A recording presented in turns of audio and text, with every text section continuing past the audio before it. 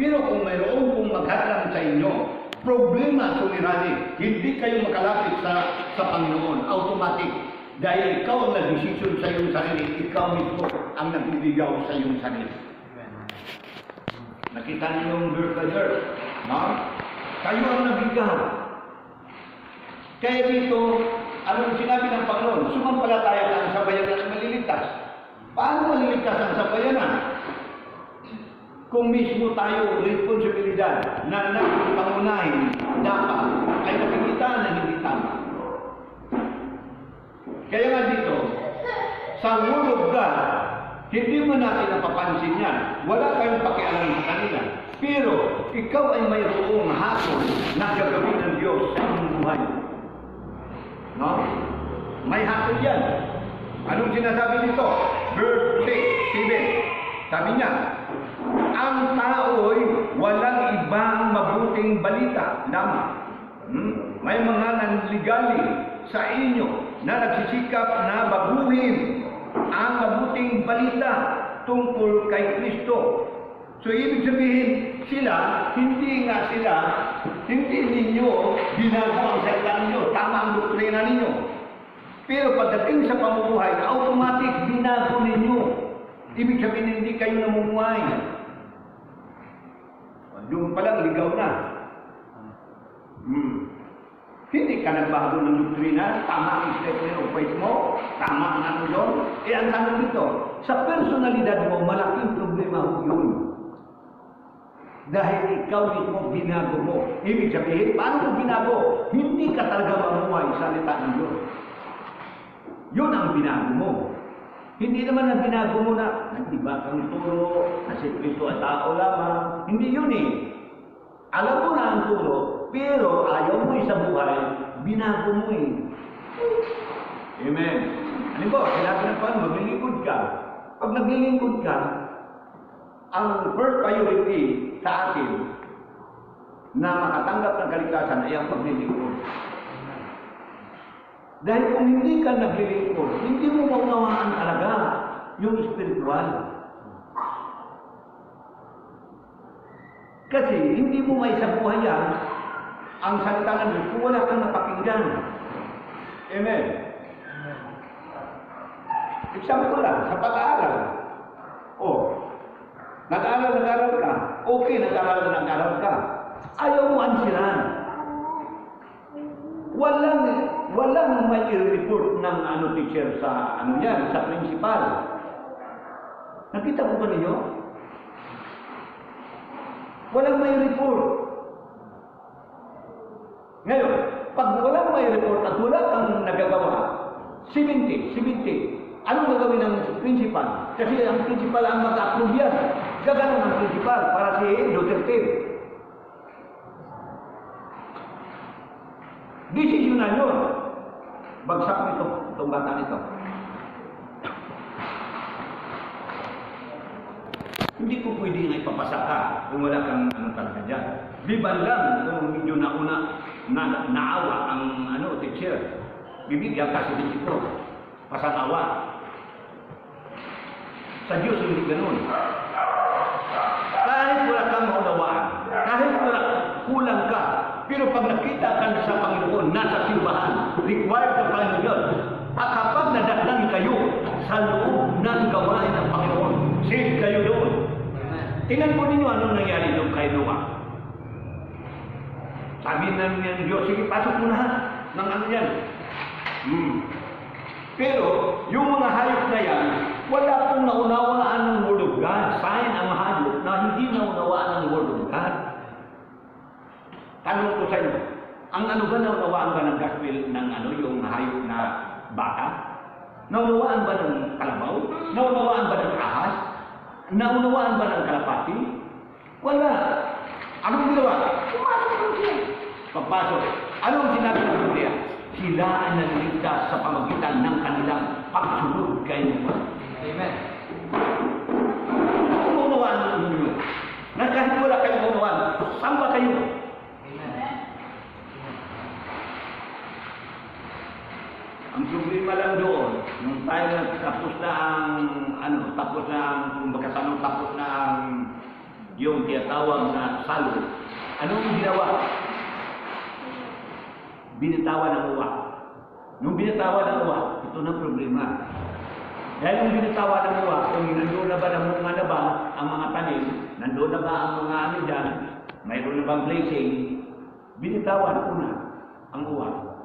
Anong nangyari ang uwa? Binitawan. Nakakita ng blazing, nakita ng mga ibinigay, nakakita ng mga ano pa mga binibigay. Kaya ang sabi ng Biblia, hindi na bumalik ang uwa kasi nakakita na ng blessing. Nakita mo ba niya?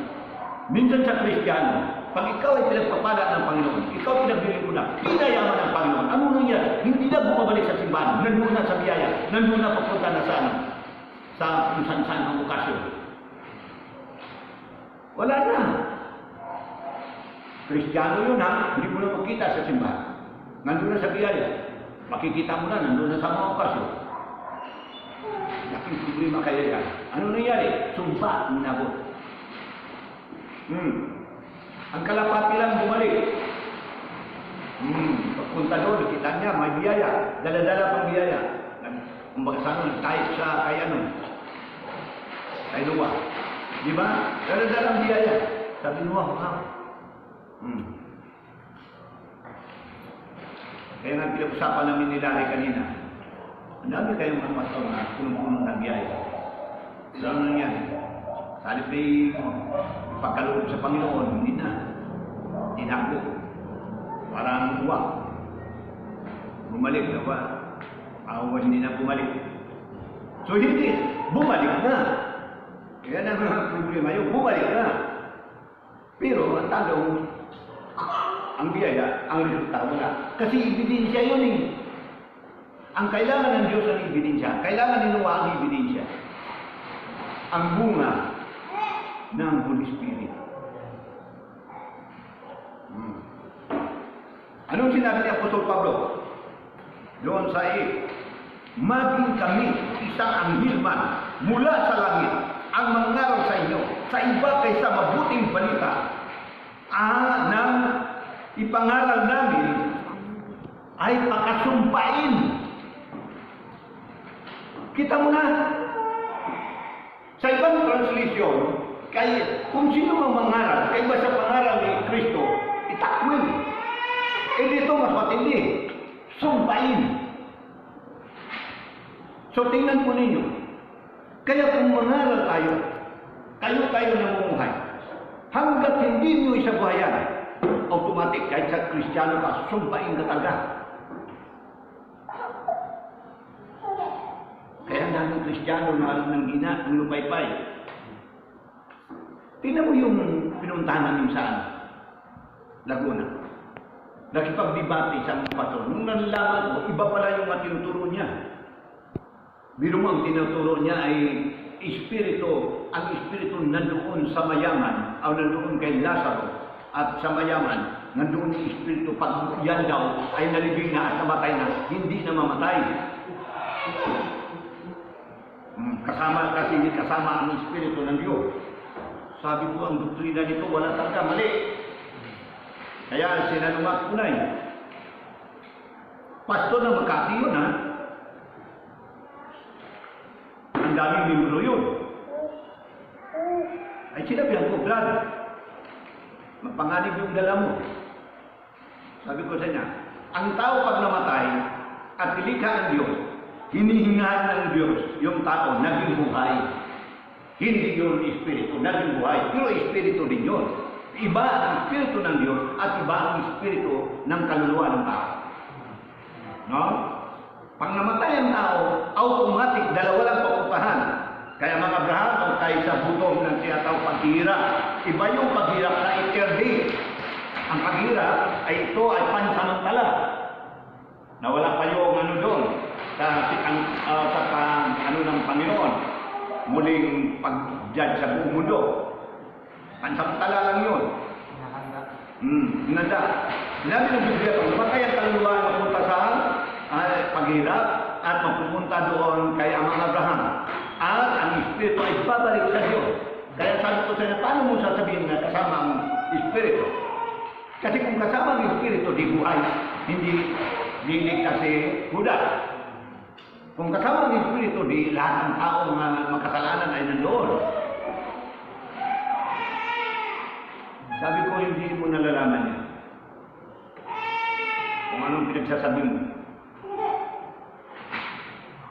Ngayon, binalik niya ulit, di ba, Pastor? Hindi ang ibig kong sabihin. Kung hindi ko ako nagpaliwanag sa kanya, hindi ang ibig kong sabihin, yun Espiritu din yung kaluluwa. Ako yun ang sinasabi ko sa inyo. Pero hindi yung Espiritu talaga na mula sa Diyos. Ibig mong sabihin, pag nagkasala ang tao, nandiyan yung Espiritu, dadalhin mo doon sa, dadalhin mo sa pangrip, dadalhin mo doon sa sabungan, dadalhin mo, nagtuturo ba ang banal Espiritu ng kalayawan? Hindi. Pag naghanap banal na Espiritu, nagtuturo yan, nagdipinsa mo. Huwag kang makakasala, huwag mong makialaman yan. Nagdipinsa ang banal na Espiritu. Kahit sabihin ng banal na Espiritu, pag-aaral ng linggo, nandyan ako, punta ka doon. Huwag mong dipinsahan na sabi mo, ay, huwag mo na pupunta. Hindi ka. Compromise ang tawag doon. Kinakalaban mo ang banal na Espiritu. Amen. Kaya dapat mo nawaan mo na hindi kayo naging tulirit sa inyong paglilingkod sa Panginoon.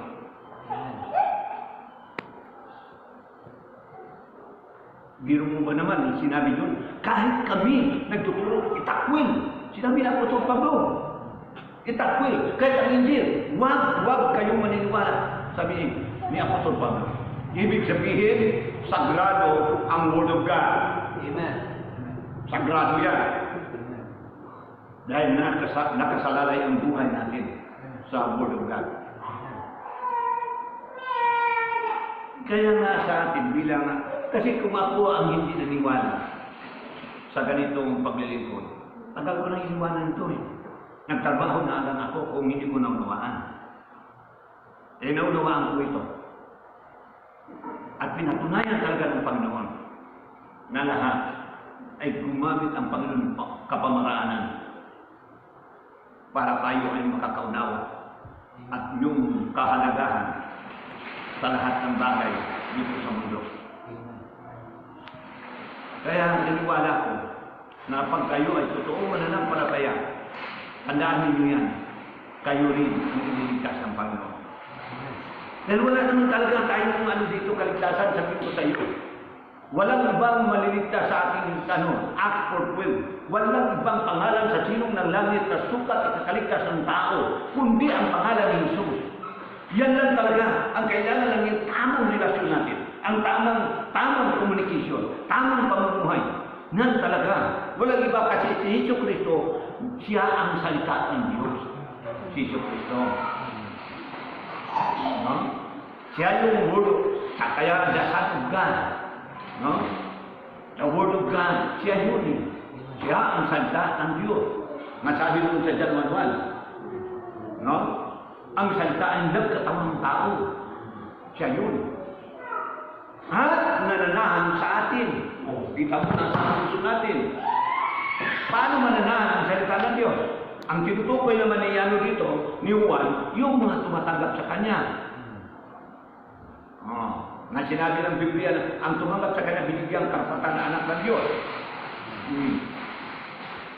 Kaya huwag niyong sirain ang inyong pagiging anak ng Diyos. Amen? Huwag niyong sirain yan. Gusto kong maunawaan ninyo na pagdating ng mga gawain ng Panginoon, active kayo, dapat maging seryoso kayo, maging kayo, masaya kayo. Pagdating ng linggo, pagdating ng Sabado, prepara agad. Kung mayroong labahan na ninyo yan. Kung mayroong gusto mong sasayin mo na yan. Madaling araw. Kung mayroong kang gusto mong itabi ninyo yan. Ang araw ng linggo, huwag na huwag kayo magtatrabaho. Sapagkat sinabi ng Panginoon, ang araw ng linggo ay Sabat banal. Yan. Yung iba naghalik-halik pa. Sa Bisaya ay naghamok-hamok pa. Alam na ninyo yan. Amen.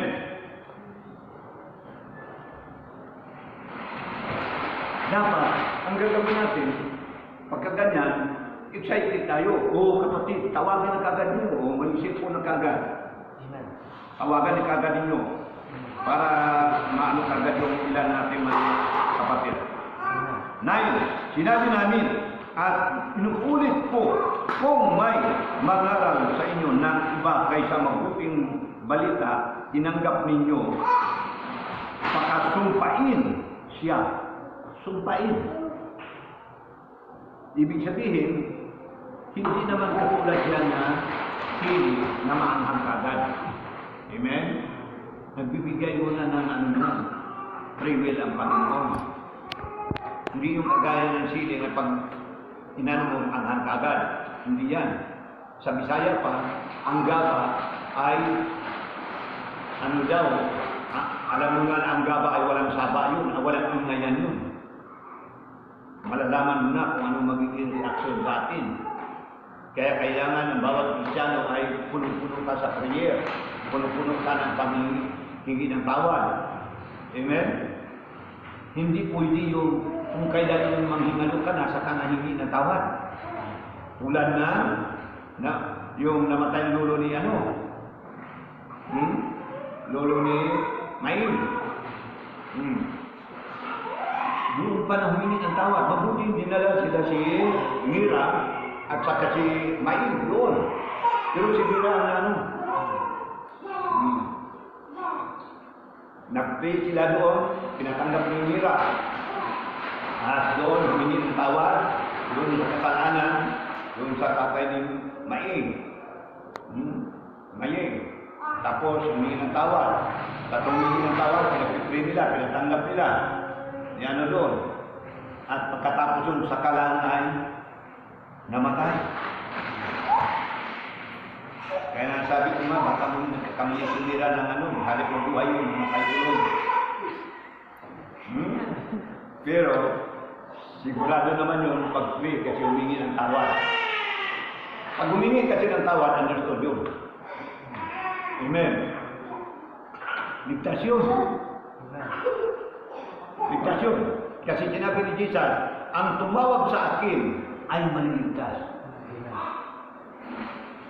Palapakan natin ang Panginoon.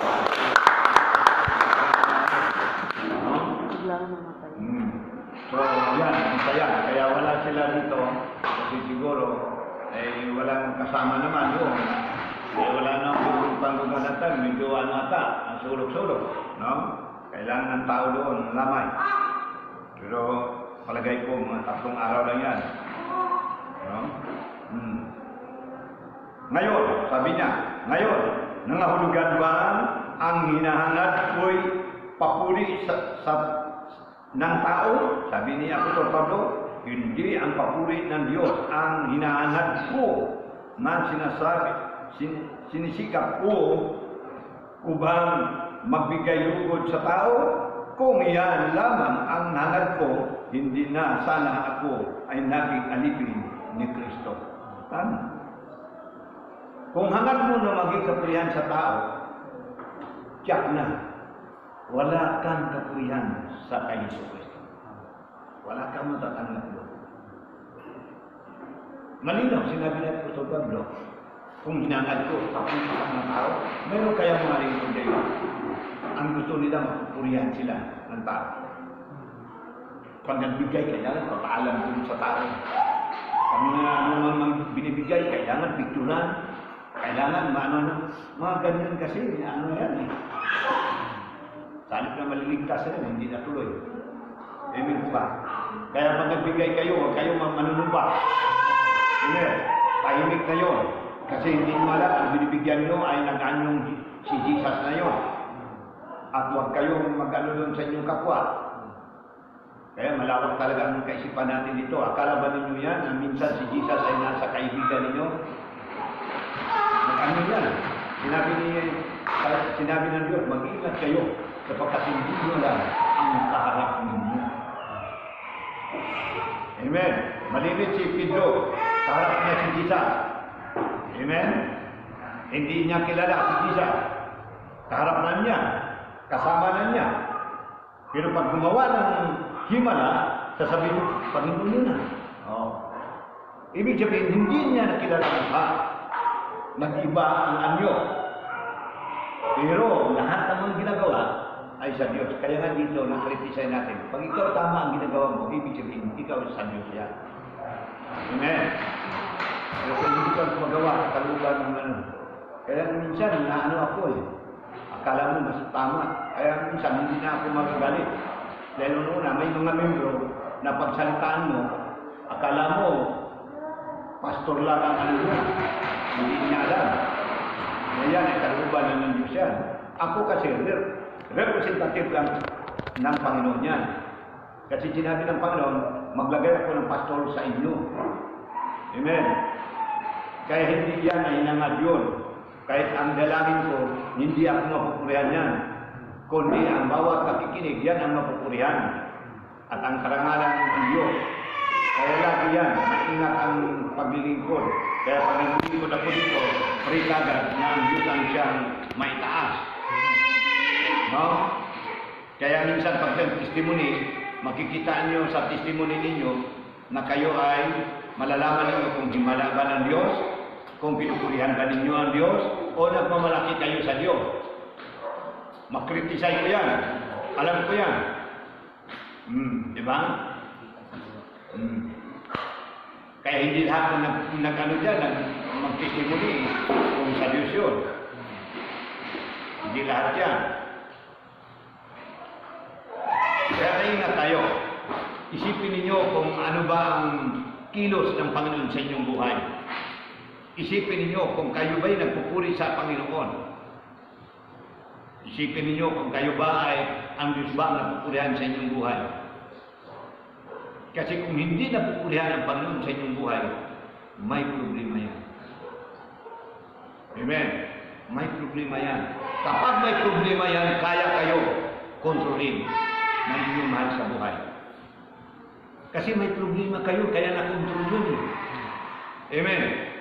Nakontrol yun. Kasi kung wala kayong problema, hindi kayo makontrol. Amen.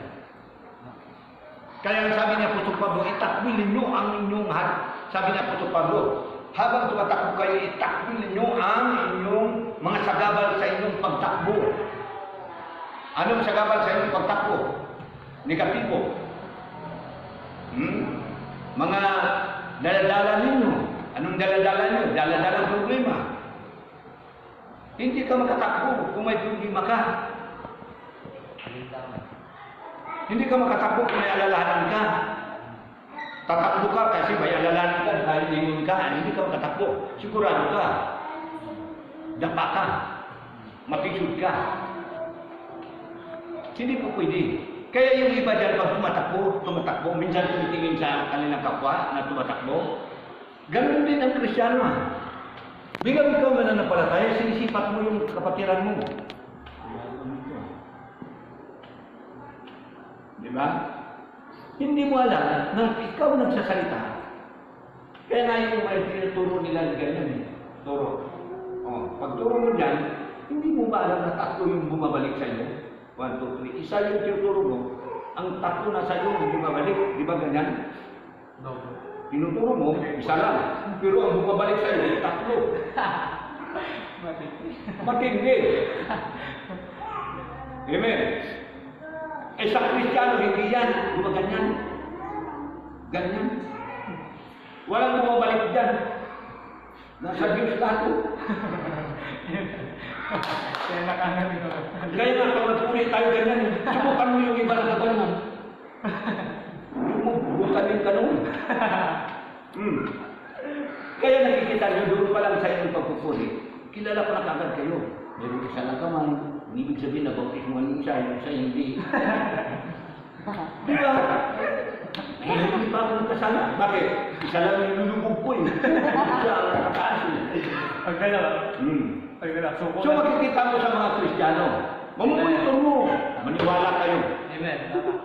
Sabihin ko sa inyo, kayo, di ba kung malipit kayo ng kaisayan? Tingnan nyo yung buhay mo. Ang dami kabisitan mo. Di ba?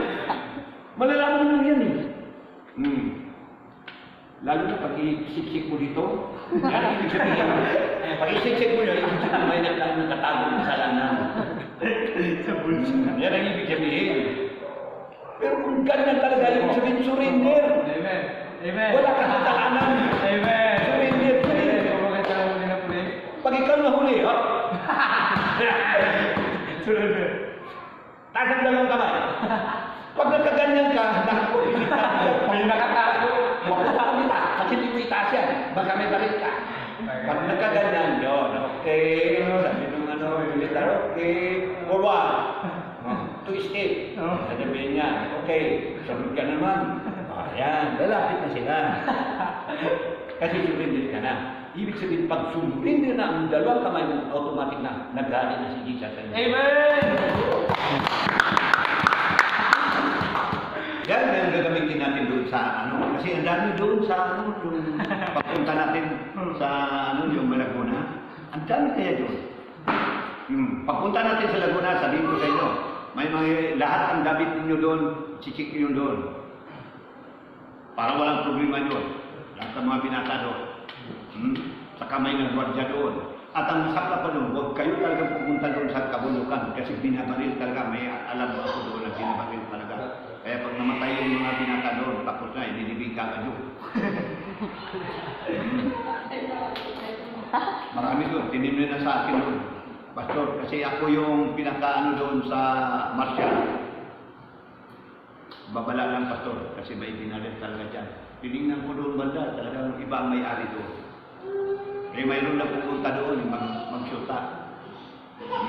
Mag-shoota. Eh, doon daw binaril. Akala nila, ang baboy yung damo. Yung pala, hindi naman pala baboy damo. Luka pala yun. Igabi.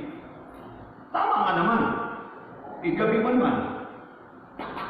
At, tao. Eh, kernel ni Ari doon. Kaya yun ang sinasabi ko. Ingat. Kaya sabi ko, sige, ako nang bahala dyan. Para maano ka natin. So, kasama ang dalawa kong mga pastor doon. Na dating mga doon, kapikan. Okay? Eh, matanda na yun. Sabi niya, matanda na ako, pastor. Ano, matanda? Eh, baka kalabaw lang yung kumanda. Ikaw, malakas ka pa. So, yan ay isang kailangan ng bawat Kristiyano. Amen. No? Maging totoo tayong Kristiyano. Amen. Kasi ikaw tumanggap na pagiging Kristiyano. Pag tumanggap ka naging Kristiyano, panindigan mo lang totoo ka. Ano ba yan? Ano, kasirina? Totoo ka. Hindi yung isda ka, kalahati. Tao ang kalahati. Anong sabi niya dito? Sabi niya dito sa 10. Ngayon, nangahulugan ba hinahangad ko, sabi niya ni Meron, ang papuri sa Diyos, sa tao? Sabi niya, ibig kong malaman ninyo na mga kapatid na hindi kata ng tao ang mabuting, sabi niya, ang mabuting Diyos. Kaya, sabi niya, kaya ang ipan at ipinangakong natutuparin ito, ang ipang tiyaon ay di mapawalang bisa ang kautusan na dumating pagkaraan ng 430 taon. Hindi na nito mapawalang saysay ang mga pangako ng Diyos. So, kung ang mana ay ipinagkaloob dahil sa kautusan, hindi na ito dahil sa pangako. Ngunit ang mana ay ibinigay ng Diyos kay Abraham bilang katuparan ang kanyang pangako. So ang pangako dyan ay natutupad doon bilang katuparan ay doon kay amang Abraham. Bagamat si Jesus ang gumaganap ay natutupad na. No? Natutupad na. Kaya biyaya lang ang ating pagtanggap ng kaligtasan. No, hindi ka pa nagsisisi, hindi ka pa naglingkod, hindi ka pa yan, may natanggap ka ng biyaya. Amen. Dahil pinawalang sala ka na. Kaya lang, sa ating pamumuhay, upang maging ganap na tunay na kaligtasan, namumuhay tayo ayon sa kalooban ng Diyos. Amen. Amen? Dapat tayo ay nagbunga na. Amen. Amen? Nagbunga na tayo, hindi nga walang nangyari, ulat bunga. Hindi salip na bunga, naging bungang simot na tuloy. No? Ibig sabihin, Iba na yung resulta sa atin. Hanggang ngayon, bansot pa. Kailangan